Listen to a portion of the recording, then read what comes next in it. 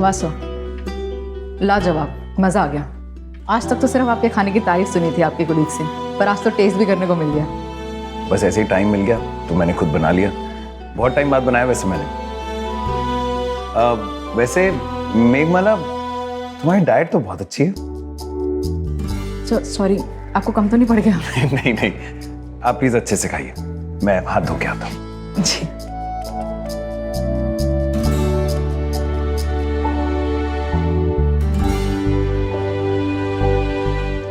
प्रज्ञानंद जी, आज सर अपने हाथ से खाना बना के लेकर आए थे, आपने मिस कर दिया। कोई बात नहीं मैडम, फिर कभी खा लेंगे।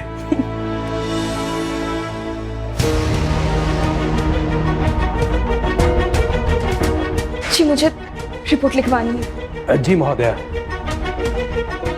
आइए अब यहाँ विराजिए।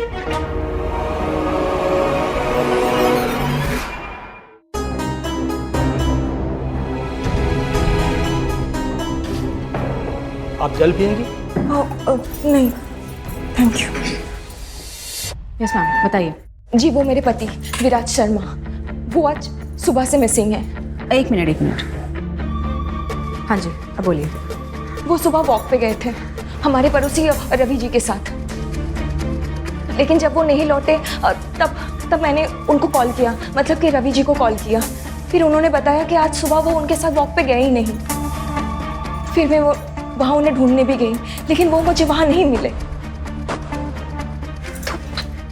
तो मुझे समझ में नहीं आ रहा कि वो कहाँ गए। क्या करते हैं आपके पति? वो गवर्नमेंट स्कूल में मैथ्स के टीचर हैं। आप 100% श्योर हैं कि आपके पति गायब हुए हैं और कहीं गए नहीं? जी मैं जानती हूँ, पुलिस मिसिंग होने के 24 घंटे के बाद ही रिपोर्ट लिखती। देखिए, आप उस सब की चिंता मत कीजिए, हम यहाँ आप ही की मदद के लिए। लेकिन आप श्योर हैं कि वो गायब हुए? हाँ, क्योंकि इससे पहले उन्होंने कभी ऐसा नहीं किया। वो कभी भी कहीं भी जाते हैं तो मुझे इन्फॉर्म ज़रूर करते हैं। अगर उनका फ़ोन भी ऑफ होता है तो किसी और के फ़ोन से वो मुझे कॉल करके बता देते हैं कि वो कहाँ है और वो कब तक लौटेंगे। लेकिन आज उन्होंने ऐसा कुछ भी नहीं किया। ठीक है, आप डिटेल्स बताइए। जी, वो रोज़ सुबह 6 बजे वॉक पे जाते हैं।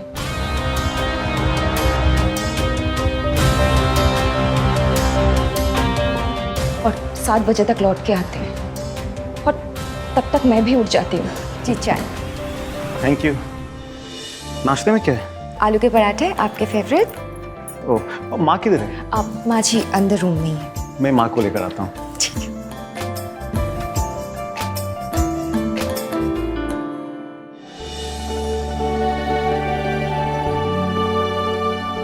आओ माँ, आज साथ में नाश्ता करते हैं।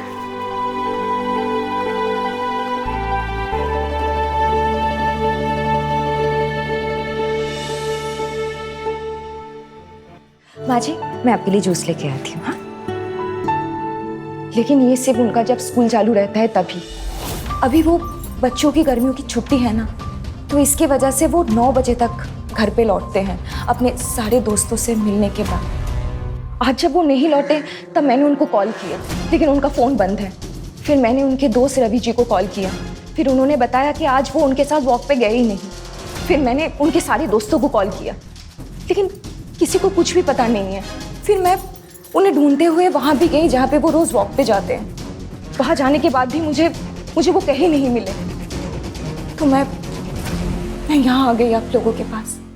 आप जिस रास्ते पर चेक करने गई थी, आपको श्योर है आज भी वो उसी रास्ते पर वॉक करने गए थे? जी हाँ, एक दिन हम दोनों इवनिंग वॉक पे गए थे, तब उन्होंने ही मुझे बताया कि वो रोज़ सुबह इसी रोड पे मॉर्निंग वॉक पे आते हैं। यहीं पे मैं और रवि डेली घूमने आते हैं। अच्छा, तो रोज सुबह आप यहाँ वॉक पे आते हैं? हाँ, पर ये जगह बहुत सुनसान है। लेकिन सेफ है, कोई टेंशन नहीं, और पॉल्यूशन भी कम है। और वो अपनी चीज़ों को लेके बहुत पर्टिकुलर है। मुझे नहीं पता कि वो कहाँ है। उनको एक फिक्स रूटीन में काम करने की आदत है। प्रज्ञानंद जी, आप इनसे विराज जी का फ़ोन नंबर लीजिए, लोकेशन ट्रैक करने की कोशिश कीजिए, और जल्दी से एक टीम विराज के मॉर्निंग वॉक वाले रूट पे भेज दीजिए। जी सर। सोनिया जी, हम आपके घर चलना चाहेंगे। क्या पता वहाँ से कोई सुराग मिल जाए जिससे हमें पता चल सके कि अध्यापक जी आखिर गए कहाँ हैं। जी चलिए, वो माँ जी के मेडिसिन का टाइम भी हो गया है। लेट्स गो, कम मेघमाला।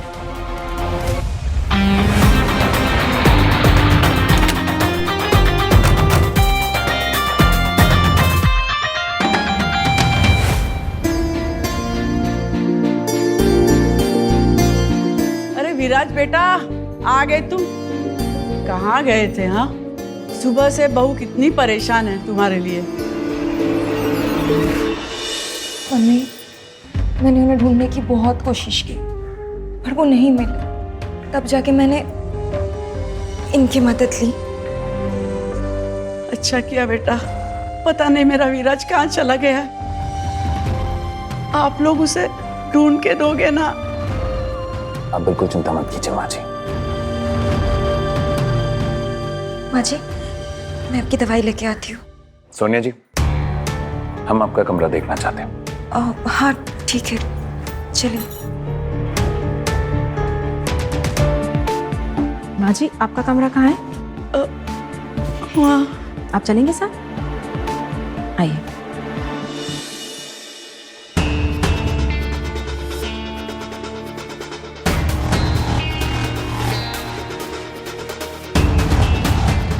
ये कौन है? ये मेरा भाई है ईशान। यूपीएससी की तैयारी कर रहा है, साथ में दिल्ली यूनिवर्सिटी से ग्रेजुएशन भी। जैसे ही उसको पता चला, बस यहाँ पे आने के लिए जिद कर रहा था। शाम तक पहुँच जाएगा वो। और आपके पेरेंट्स? मेरे मम्मी पापा नहीं है। ईशान के जन्म के 1 साल बाद ही वो गुजर गए। तब से मैं और ईशान मेरे मामा मामी के साथ रहते थे। और विराज के फादर? जी वो भी नहीं है। कैंसर की वजह से 6 महीने पहले वो चल बसे।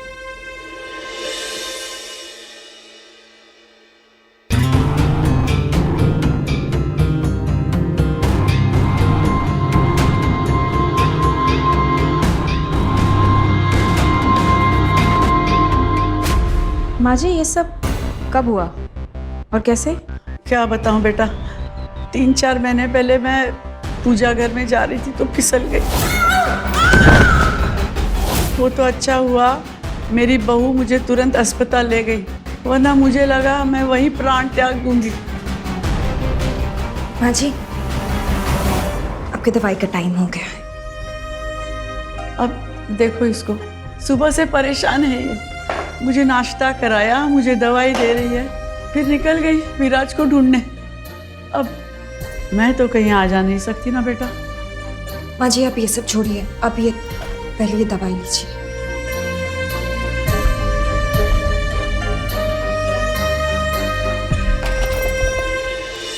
मेघमाला, सर। जैसे सोनिया जी ने कहा है, विराज के सारे रूट की छानबीन करो और सीसीटीवी कैमरा की फुटेज चेक करो। मैं इनके नेबर अभी से बात करता हूँ। सर। अब विराज के साथ रोज मॉर्निंग वॉक पे जाते थे, आज क्यों नहीं गए? सर, कल विराज, सोनिया, कनिका और मैंने हमारे घर में डिनर का प्लान बनाया था। भाभी अभी आपको ना बहुत ध्यान रखना है। सोनिया, गड़बड़ी नहीं करनी, ठीक है? सोनिया, समझाओ यार। हाँ बिल्कुल। ओ भाई, क्या कर रहा है यार? तुझे तो पता है ना कि मैं ड्रिंक्स भी सादे पानी के साथ लेता हूँ। अरे यार, सबको पता है, लेकिन फिर भी भूल जाता हूँ मैं। कोई बात नहीं, तुम्हारा पानी में बना देता हूँ। ये सच में भुलक्कड़ है क्या? घर में ये ऐसे ही करता है? ऐसे ही है ये तो भैया। भुलक्कड़ नंबर 1 की।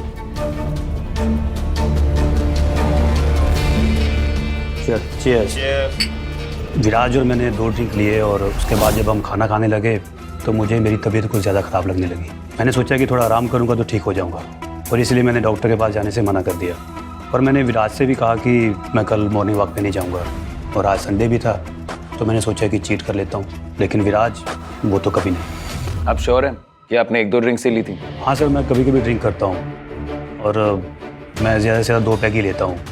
और कल तो मेरे साथ पहली बार ही ऐसा हुआ कि 2 पैक भी मुझे सबसे ज़्यादा भारी लगने लगे। ओके, आपकी वाइफ कहीं जा रही है?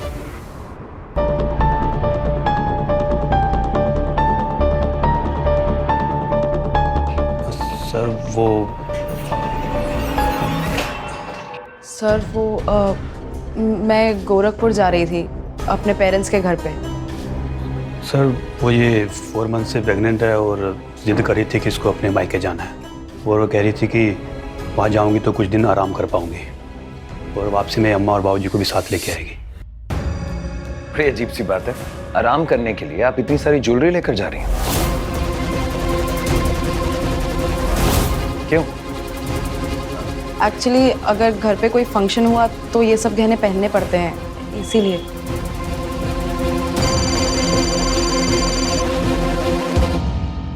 सर मैंने इस एरिया में छानबीन कर ली है। काफी सुनसान एरिया है, इसलिए किसी ने कुछ नहीं देखा। विराज के इस वॉकिंग रूट पर 2 ही सीसीटीवी कैमरास हैं। मैंने 3 से 4 दिन की फुटेज ले ली है। गुड, तुम पुलिस स्टेशन आ जाओ जल्दी। जी सर। जब तक ये केस सॉल्व नहीं हो जाता आप कहीं नहीं जा सकती। आप प्लीज यहीं आराम कीजिए। सर मुझसे किसी हेल्प की ज़रूरत होगी तो ज़रूर बताइएगा सर, क्योंकि विराज मेरा बहुत अच्छा दोस्त है और पता नहीं अचानक वो कहाँ गायब हो गया। भगवान करे कि वो जहाँ भी हो ठीक हो। Sure, thank you.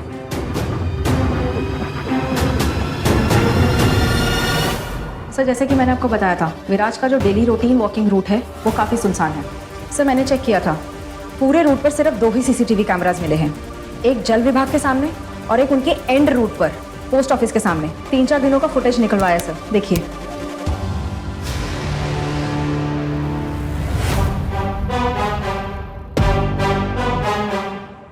You're right.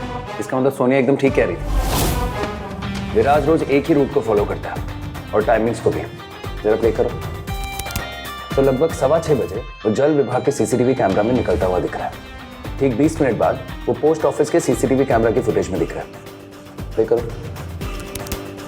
और लगभग 10 मिनट बाद वो इसी कैमरा में वापस आता हुआ भी दिख रहा है। आगे करो। Move move move move. Stop. लगभग 7 बजे वो जल विभाग के सीसीटीवी फुटेज में वापस दिख रहा है। एंड यू राइट, ये रास्ता एकदम सुनसान है। इस पूरे टाइम पर कोई भी नहीं दिखा। हाँ सर, ये देखिए सर, आज प्रातःकाल विराज अकेले ही सैर पर जाता हुआ दिख रहा है। हाँ सर, जल विभाग के सीसीटीवी फुटेज में तो जाते वक्त दिखे हैं, लेकिन ना ही पोस्ट ऑफिस के और ना ही जल विभाग के सीसीटीवी फुटेज में वापस आते हुए दिखे। इसका मतलब इन दोनों स्पॉट्स के बीच में ही विराज गायब हुआ है। हाँ सर, सड़क के आसपास सिर्फ और सिर्फ जंगल है और कुछ भी नहीं। एक बार फिर से प्ले करो। 6:15 से लेकर 7:15 तक जल विभाग के सीसीटीवी कैमरे की फुटेज दिखाओ।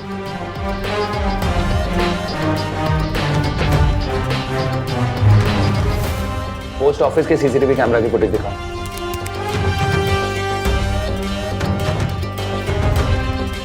हमें दोनों सीसीटीवी कैमरा के बीच का रास्ता चेक करना चाहिए जहां से विराज गायब हुआ। Let's go.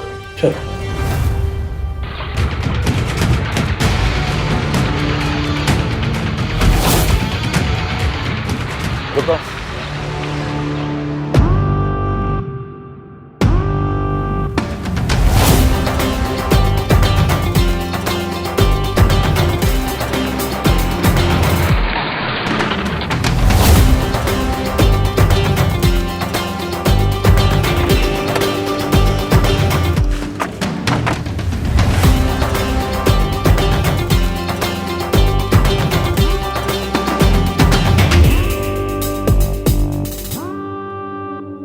सारे एरिया के अच्छे से छानबीन करो।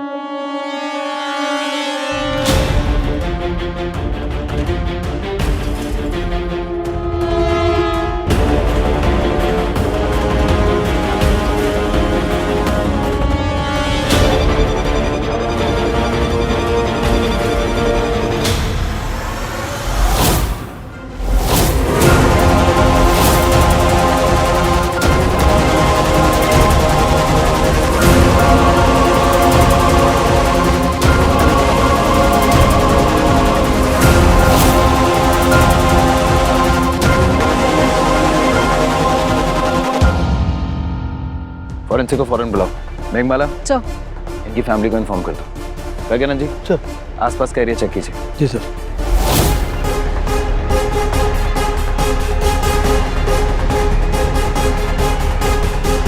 अगर कॉज ऑफ डेथ पता चलती है तो ठीक से फोटोज लो।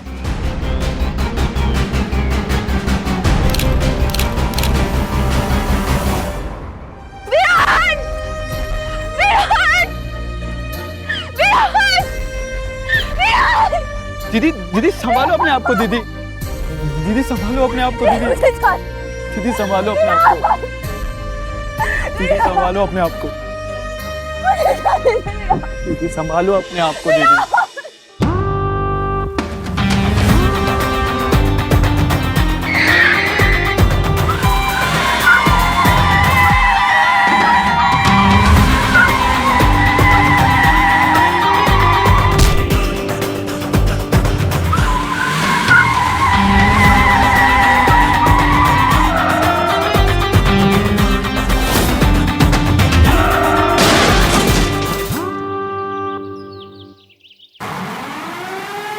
गाड़ी इस पेड़ से टकराई होगी।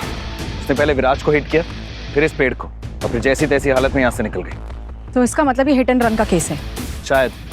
विराज के कॉल रिकॉर्ड चेक करो, जरूर कुछ मिलेगा। सर मोबाइल की हालत तो बहुत खराब है, डाटा रिट्रीव करना नामुमकिन है।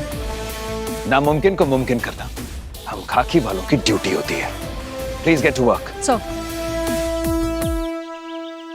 100% हिट एंड रन है, और हिट इतना स्ट्रांग है कि कोई हैवी एसयूवी लगती है, और टॉक्सिक रिपोर्ट भी सही आई है।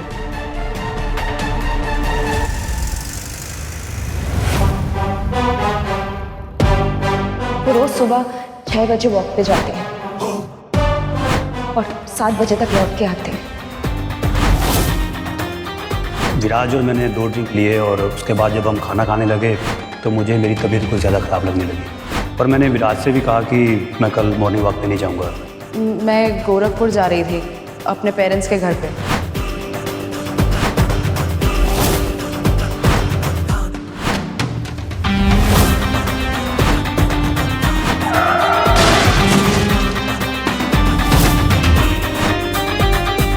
सर हमें विराज और उसके जानने वालों की कुंडली निकालनी होगी। पर सर ये तो हिट एंड रन का केस है ना? हाँ, हमें केवल उस वाहन चालक को ढूंढना है। ये हिट एंड रन का नहीं, मर्डर का केस है।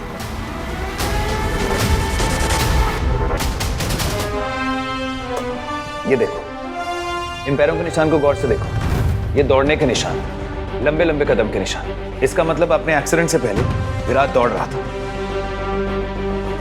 और ये देखो, इस सीसीटीवी फुटेज में साफ दिख रहा है, कभी कभी वो लोग कुर्ता पजामा पहनकर भी जाते थे। इसका मतलब वो सिर्फ वॉक करते थे और दौड़ते नहीं थे। ये देखो, इन सारी फुटेज में वो सिर्फ वॉक कर रहे हैं, पैदल चल रहे हैं। और अभी ने भी हमसे कहा था कि विराज के घुटनों में दर्द है, इसका मतलब वो दौड़ नहीं सकता, वो सिर्फ वॉक करता था। लेकिन उस दिन विराज अपनी जान बचाने के लिए भाग रहा था। अध्यापक जी को शायद पता चल गया था कि कोई तो उन्हें जान से मारना चाहता है। वो गाड़ी उन्हें हिट करके भागने वाली है, इसलिए वो भागते भागते रोड के साइड पर आए। और आपको कैसे पता चला? उस रोड के साथ ऑफ रोड पर टायर के निशान देखे थे मैंने। और ये देखो, ये एसयूवी इस रोड से ठीक 6:20 पे निकल रही है। विराज के निकलने के 5 मिनट बाद। गाड़ी पे सनफ्लेम लगी हुई है, इसलिए ड्राइवर को पहचान पाना बहुत मुश्किल है। और ठीक उसके आधे घंटे बाद ये देखो, एक 2 व्हीलर आता है, इसमें भी चालक ने हेलमेट पहन रखा है, इसलिए उसे पहचान पाना बहुत मुश्किल है। लेकिन जो बात बहुत इंपॉर्टेंट है कि गाड़ी और 2 व्हीलर 7:20 तक पोस्ट ऑफिस के सीसीटीवी कैमरा की फुटेज से गायब है। लेकिन ये देखो, जल विभाग के सीसीटीवी कैमरा में आधे घंटे बाद ये 2 व्हीलर और 1 घंटे बाद ये एसयूवी गाड़ी बाहर निकलते हुए दिख रही है। और इस रास्ते पर कोई आता जाता तो है नहीं सुबह, इसलिए हमें कोई विटनेस भी नहीं मिला। पर सर इससे तो हमें कोई सुराग नहीं मिला। पहली बात तो यह है कि ये एसयूवी 1 घंटे तक और ये 2 व्हीलर आधे घंटे तक इस ब्लैंक स्पॉट पे कर क्या रहे थे? मतलब सर इन दोनों गाड़ियों का विराज के हिट एंड रन से कुछ लेना देना है? एब्सोल्युटली। ये देखो एक और चीज, इस एसयूवी की हालत देखो, ऐसा लग रहा है जैसे ये किसी पेड़ से टकराई है। शायद इसने पहले विराज को हिट किया, फिर किसी पेड़ से टकराई और फिर ऐसे बुरी हालत में वहां से निकल गई। और अगर तुम्हें याद हो तो डॉक्टर ने भी यही कहा था, विराज को किसी एसयूवी ने हिट किया है। 100% हिट एंड रन है, और हिट इतना स्ट्रांग है कि कोई हैवी एसयूवी लगती है। लेकिन सर ये 2 व्हीलर उस ब्लैंक स्पॉट पर आधे घंटे तक क्या कर रही थी? मेघमाला, सर इसके नंबर प्लेट से इसके ओनर्स का तो पता करो।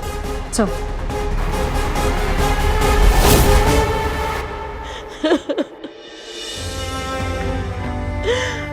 मेरे बेटे का मर्डर कैसे हो सकता है? उसका तो सबके साथ अच्छा रिश्ता था, कोई दुश्मन नहीं था उसका, फिर ऐसे कैसे हो सकता है मेरे बेटे के साथ? माँ जी संभालिए। सोनिया जी, आपको किसी पर शक है? वो सबके साथ बहुत अच्छे से के दोस्त, कॉलेज, उन्होंने आज तक कभी किसी के साथ कोई झगड़ा नहीं किया।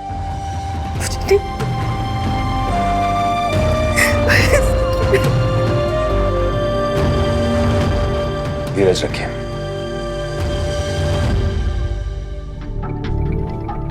ईशान, कुछ दिन यहीं रुक जाओ, अपनी बहन और माँ जी की देखभाल करने के लिए। ठीक है सर।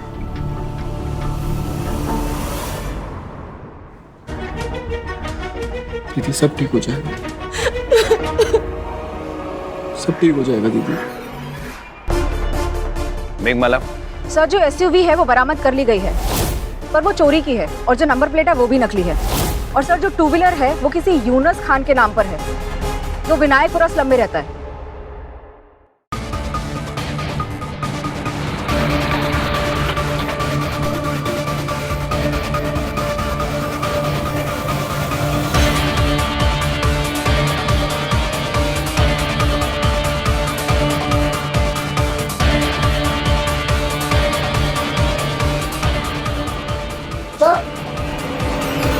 प्रज्ञानंद जी,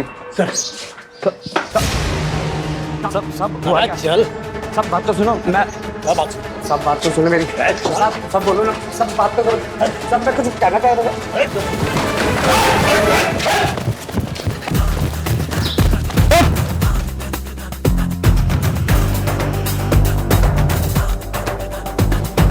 न्याय और सच की राह भाए, जाबाजों सी जान लुटाए, जान है जब तक जान है, जान हथेली पर ही उठाए। तेजाबी हो, हाजिर जवाबी हो, ढंग लड़ाकी हो, रंग रुबाबी, अपनी खाकी अपनी खाकी अपनी खाकी अपनी खाकी, लहू से अपने लिखे कहानी जेवर इनकलाबी, अपनी खाकी अपनी खाकी अपनी खाकी अपनी खाकी, अपनी खाकी अपनी खाकी अपनी खाकी अपनी खाकी, अपनी खाकी अपनी खाकी अपनी खाकी।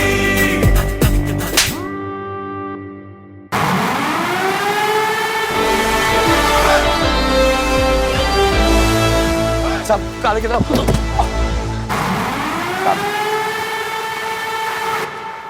तेरी है ना, तेरी है ना ये? हाँ हाँ हाँ साहब, पर साहब 4-5 दिन से सूरज मैकेनिक के पास है, मैं अपनी बाइक कार उसी के पास सही करवाता हूँ। झूठ बोल रहा है? सब कसम से सच बोल रहा हूँ। सच बोल रहा है ये? तो भागा क्यों था? साहब कल मैंने एक सेठ को धमकी दी थी कि अगर वो मेरे को प्रॉपर्टी कम दाम में नहीं बेचेगा तो मुझे लगा उसी ने आपको कंप्लेंट किया होगा, तो बस अब सूरज कहाँ मिलेगा?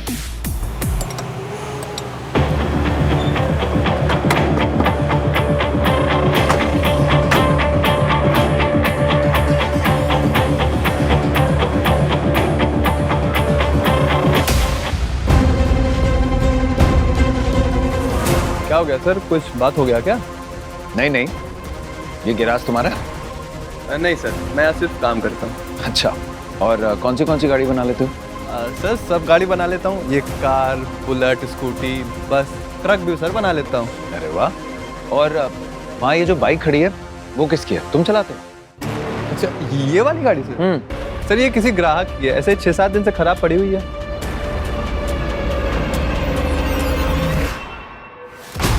झूठ बोल रहा है? हाँ सर। कौन है ये? तेरा बॉडी डबल है? अरे ये सर मैं वो सुबह गाड़ी चेक करने के लिए निकलता हूँ ना, वो फुल स्पीड में, ट्रैफिक नहीं होता है सर, वो फुल स्पीड में ना गाड़ी जब खराब होती है तो पता चल जाता है। अच्छा, फुल स्पीड में? देख इधर, देख, आंखें खोल के देख। यहाँ पर 6:45 बजे तो गुजरता हुआ दिख रहा है और ठीक आधे घंटे बाद 7:15 बजे वापस आता हुआ। क्या कर रहा था यहाँ पे आधा घंटा? क्या कर रहा था आधे घंटे? झूठ मत बोलना, नहीं तो हलक में हाथ डाल के सच निकलवा लूंगा, क्योंकि यहाँ से आने और जाने का सिर्फ एक ही रास्ता है और दूसरी तरफ पोस्ट ऑफिस का सीसीटीवी कैमरा है, जहाँ ना तो तेरी गाड़ी आते हुए दिखी और ना ही जाते। अब बता, क्या कर रहा था यहाँ पे आधा घंटा? बोल। बता रहा हूँ सर, उस रोड पे ना मेरी गाड़ी खराब हो गई थी तो उसको बनाने में थोड़ा सा समय चला गया था, फिर गाड़ी टेम्परेरी ठीक हो गई तो यहीं गैराज में लाके खड़ी कर दिया। अब सर, अब जिस रास्ते जाऊंगा उसी रास्ते तो लौटूंगा ना। अच्छा, ये गाड़ी देखी है? आंखें खोल के देख, ये गाड़ी देखी है? नहीं सर, नहीं कभी नहीं देखी ये वाली। सर देखिए कितने सफाई से झूठ बोल रहा है। सर हम तो बोलते हैं इसको थाना ले चलते हैं। ऐसे कैसे? मतलब आपको मुझ पे शक हुआ है तो इसका मतलब ये थोड़ी ना कि मैं झूठ बोल रहा हूँ।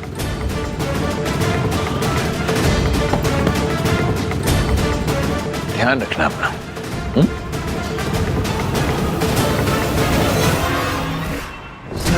आपने इसको ऐसे ही छोड़ दिया? मैं जानता हूँ ये झूठ बोल रहा है, लेकिन अभी हमारे पास इसके खिलाफ कोई भी ठोस सबूत नहीं है। मेघमाला को बोलो इस पर नजर रखे। अगर ये मर्डरर है तो कोई तो ऐसी हरकत करेगा जो ये खुद पकड़ा जाए, नहीं तो ये खुद ही हमें मर्डर के पास लेकर आएगा। Let's go. मैं ये सब और बर्दाश्त नहीं कर पा रही हूँ, इसलिए नहर में कूद के जान देने जा रही हूँ ताकि मेरी शरीर भी ना मिले। इसलिए प्लीज मुझे कोई ढूंढने की कोशिश ना करें।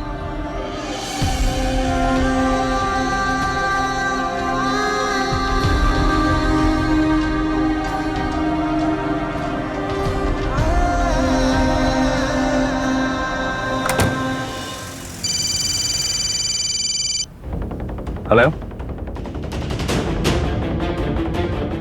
क्या?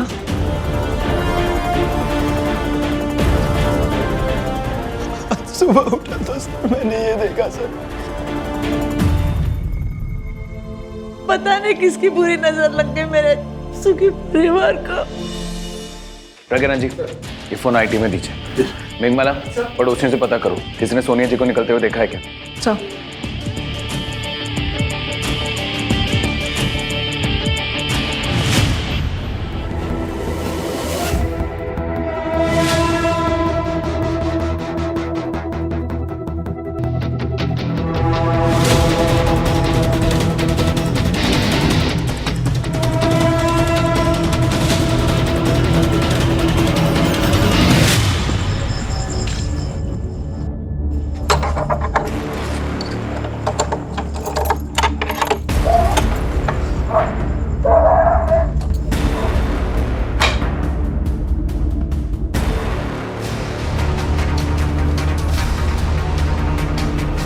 Hello sir.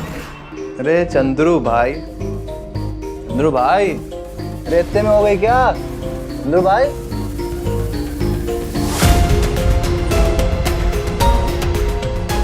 ले और अरे पीना।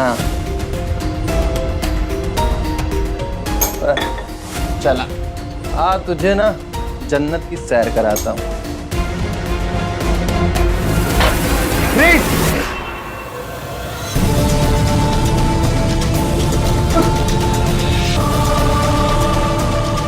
ऊपर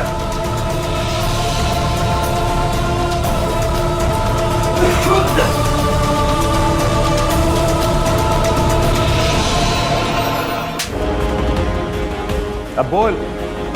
सर, सोनिया से मैं पहली बार 6 महीना पहले मिला था अपने गैराज में। अब ठीक तो हो जाएगी ना? हाँ हो जाएगी, आप चिंता मत कीजिए। ज्यादा खर्चा तो नहीं होगा? अरे वाह, थैंक यू। अब वैसे कितना हुआ? अरे आप रहने दीजिए, आप एक काम करिए, आप मेरा नंबर लिख लीजिए। आपकी गाड़ी कहीं भी कभी भी खराब हो बस मुझे बुला लीजिएगा। ठीक है, आपका नंबर? सर वो शादीशुदा थी, फिर भी मैं उस पर फिदा हो गया। हमारी बातें सर रोज़ होने लगी। फिर एक दिन मैंने उससे कह दिया कि मैं तुमसे प्यार करता हूँ। सर उसने बोला कि वो भी मुझको पसंद करती है, लेकिन सर वो शादीशुदा है, तो मैंने उससे कहा कि तलाक ले लो। सूरज, मैं तुमसे बहुत प्यार करती हूँ, लेकिन मैं ऐसा नहीं कर सकती। मेरे पति मेरे भाई की पढ़ाई का पूरा खर्चा उठाता है और ऑलरेडी मेरे मामा मामी ने मेरे लिए बहुत कुछ किया। मैं उनसे अब कुछ भी नहीं मांग सकती। और तुम्हें पता है, मेरे ससुर जी ने ऐसा एग्रीमेंट किया है जिसमें यह था कि अगर मैंने मेरे पति से डिवोर्स लिया तो उसकी जायदाद में से मुझे एक फूटी कौड़ी नहीं मिलेगी। तुम कैसे संभालोगे मुझे और मेरे भाई को? तुम्हारे पास भी तो कोई पैसा नहीं है। देखो मैं कह रहा हूँ तुम डाइवोर्स ले लो, मैं कोई ना कोई रास्ता ज़रूर निकालूंगा। वो मुझसे मिलने भी नहीं आ पाती थी, कहती थी कि उसकी सास उसके साथ हर जगह जाती है। फिर एक दिन सर उसका कॉल आया मेरे पास और बोली कि किसी अनजान जगह मिलो। सर वो रिक्शा से उतरी और सब मुंह चेहरा ढकी हुई थी और मुझसे बोला कि उसने फर्श पर कुछ गिरा दिया है।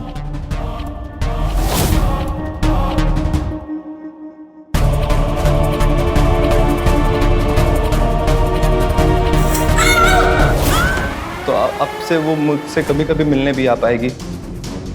और सर फिर एक दिन मुझसे मिलने आई सर, काफ़ी परेशान लग रही थी।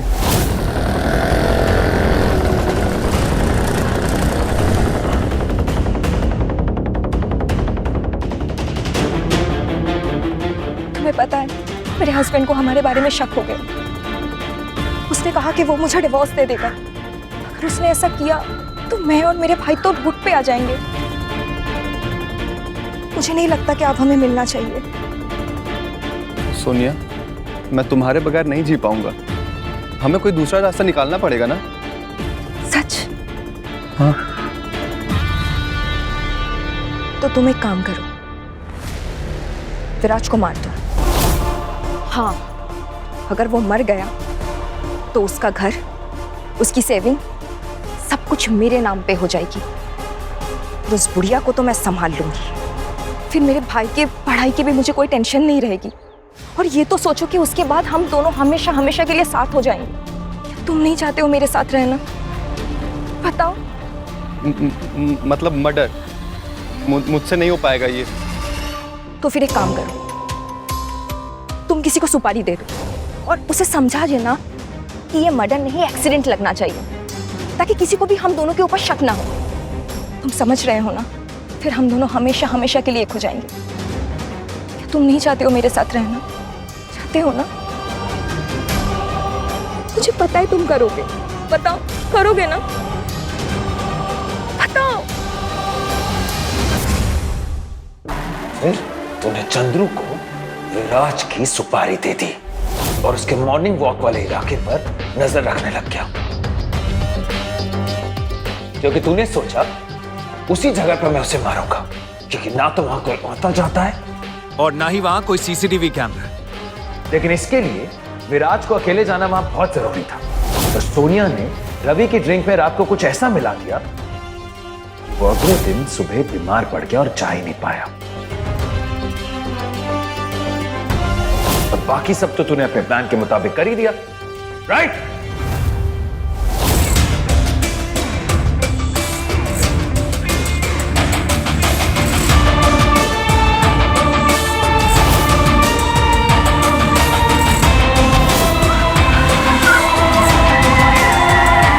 लेकिन चंद्रू की गाड़ी विराज के एक्सीडेंट के बाद एक पेड़ से जाकर टकरा गई और स्टार्ट नहीं हुई।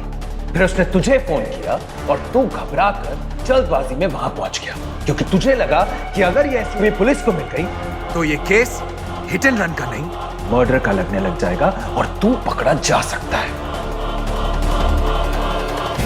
इससे तूने फट से आधे घंटे में वो एसयूवी ठीक की और वहां से निकल गया।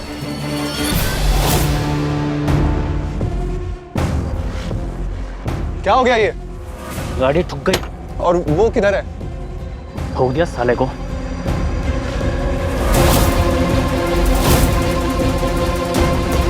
दिखा, इसको पकड़। हट हट हट जल्दी। देख देख देख, कोई आ तो नहीं रहा है। जाओ चालू करो। हो गई चालू? हो गई। चल निकल निकल निकल, जल्दी निकल। सर, हमने डाकघर का सीसीटीवी कैमरा देखा था और उस रूट पर कोई और सीसीटीवी कैमरा नहीं था, इसीलिए उसके पहले ही हमने सारा कांड कर दिया और उसके पहले हम सर निकल गए। पता नहीं आपको हमारा सीसीटीवी फुटेज कहाँ से मिल गया। जो कि कुछ इत्तेफाक खाकी वालों की मदद के लिए होते हैं।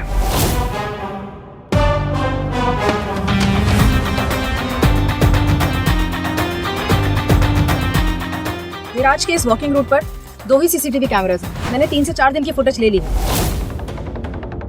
तूने चंद्रू को मारने की कोशिश क्यों की? क्योंकि चंद्रू बचे हुए पैसे मांग रहा था। मेरे पास पैसे थे नहीं, तो सोनिया ने कहा था कि वो पैसे देगी, क्योंकि विराज के मरने के बाद सब चीज़ उसी का होने वाला था। लेकिन जब पुलिस को पता चला कि ये मर्डर है, तो विराज के सारे बैंक अकाउंट फ्रीज कर दिए गए। सर, तो सोनिया को ना विराज के नकली सिग्नेचर करने आते थे, इसीलिए मैंने विराज के घर को गिरवी रखने में सोनिया की मदद की। और सोनिया को जैसे ही पैसे मिले, उसने एक सुसाइड नोट लिखा और फुर हो गई।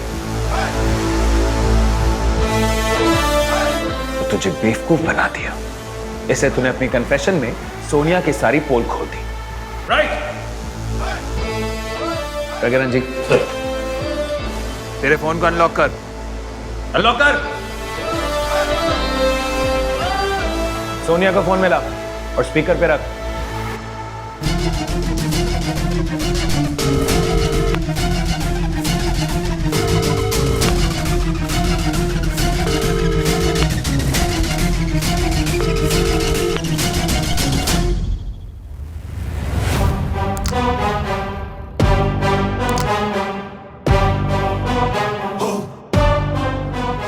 तो सूरज जी, आप तो निकले इस फिल्म के जूनियर आर्टिस्ट, लेकिन अब इस फिल्म के असली खलनायक से मिलने का मौका आ गया है।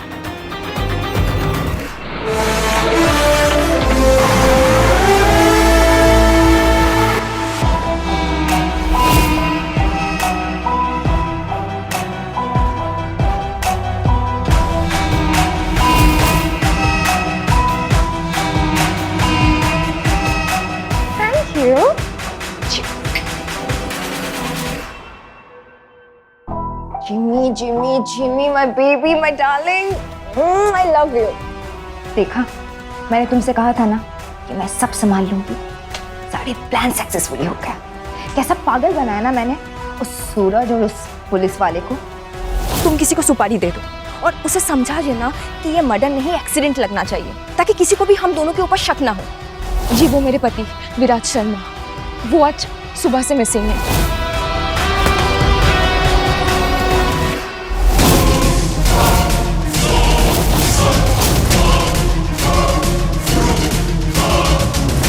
कैसी हैं आप सोनिया जी? जिमी,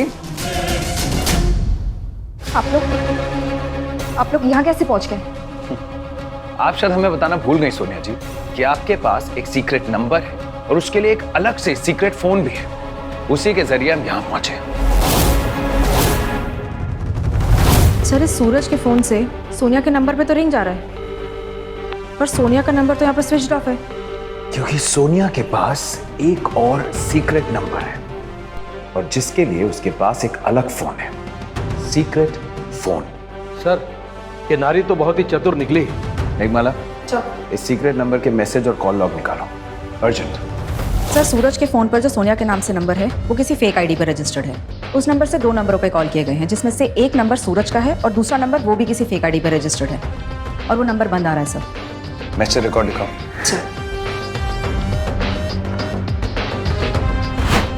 ये जिमी कौन है? सर, दीदी की शादी की पहले की बात है। दीदी जिम्मी को बहुत चाहती थी और जिम्मी काले धंधे करता था और उसे 4 साल की जेल हो गई।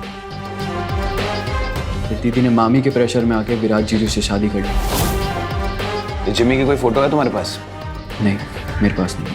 कुछ आइडिया है वो कहाँ होगा अभी? नहीं, कोई आइडिया नहीं है मुझको। सर, जौनपुर की जेल में मैंने चेक करवाया था जहाँ पर जिमी बंद था।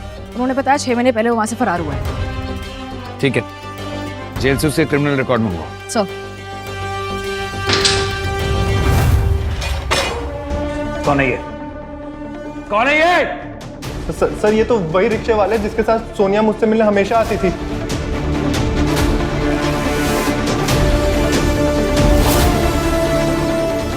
क्योंकि मैकेनिक साहब, सोनिया का अफेयर इसके साथ चल रहा था, आपके साथ नहीं। सपने दिखाए गए हैं तुझे ताकि तू विराज का मर्डर करके इल्जाम अपने सर ले ले।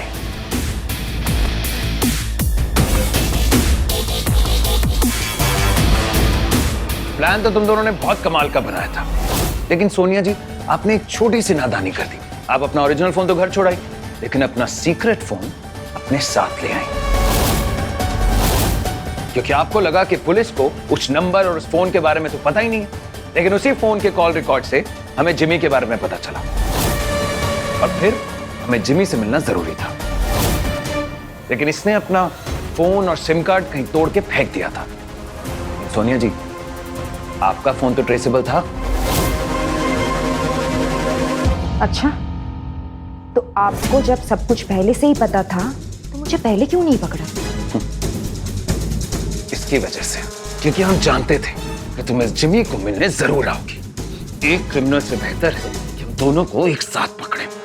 ले जाओ इन्हें। छोड़ो मुझे। आउट। वाह सर, हमें तो ये सब पता ही नहीं चला। आपने हमें जैसे बताया सर हम वही सब करते चले गए। इस केस की सक्सेस के असली मास्टरमाइंड तो आप हैं। नहीं मेघमाला, मास्टरमाइंड हमारी पूरी टीम है। Good job guys. Thank you sir. Let's go.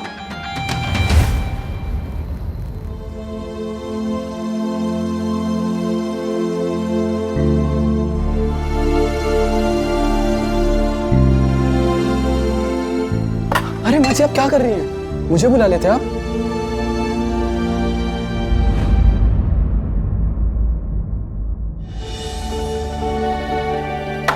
ये लीजिए,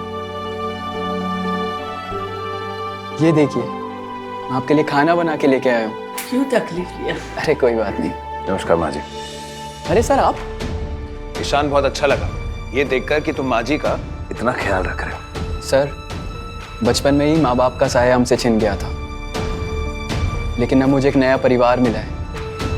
मेरी दीदी तो ना इस रिश्ते को समझ पाई थी और ना ही इसे संभाल पाई थी। अब मैं ना इस रिश्ते को ना इस परिवार को खोना चाहता हूँ। ईशान, इंसानियत के रिश्ते खून के रिश्तों से कई बढ़कर होते हैं। हाँ सर, तभी तो एक माँ को उसका बेटा वापस मिल गया और एक बेटे को माँ।